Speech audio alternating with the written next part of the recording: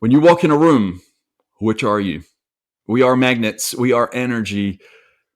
Walking into the room, I've felt both before, and I don't like the feeling of repelling anybody. I learned that young. I learned that very young, and I said I don't like that. And I remember going to Tom and be like, "That's never going to happen to me again." Of course, it did, but I learned over time. When I walk into a room, now I know it's only a matter of time before people start coming over and talking. And I've often picked that apart and wondered how does that now happen? And today we're going to get into that. I know Sean's the same way. It's just a matter of time before people gravitate over to Sean and start talking to him.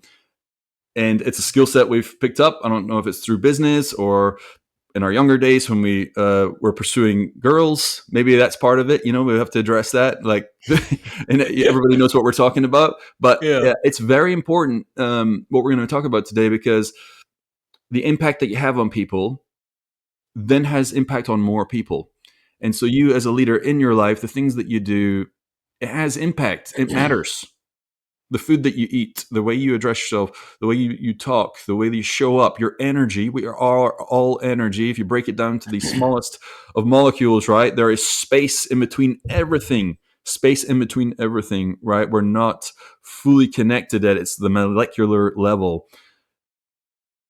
Technically, you could walk through a wall. Scientifically, it's possible if you align the molecules and everything just right.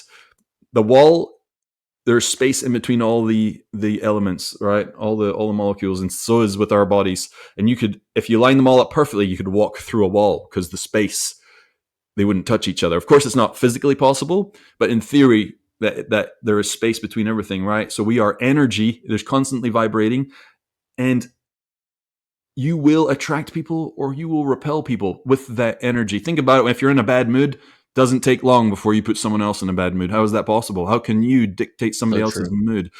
There's a study, and I'll have to put it in the notes. I can't remember where it was, but if you bring the dominant personality into a group of 4 to 5 people, within 90 seconds, that group will have the same demeanor as the dominant personality in that group. So if that person is in a positive mindset, everyone in that group will be positive. If they come in and it's negative, they'll impact the whole group. So think about the power of that and being able to hone that skill for good as a leader in your life, for your family, your friends, your business.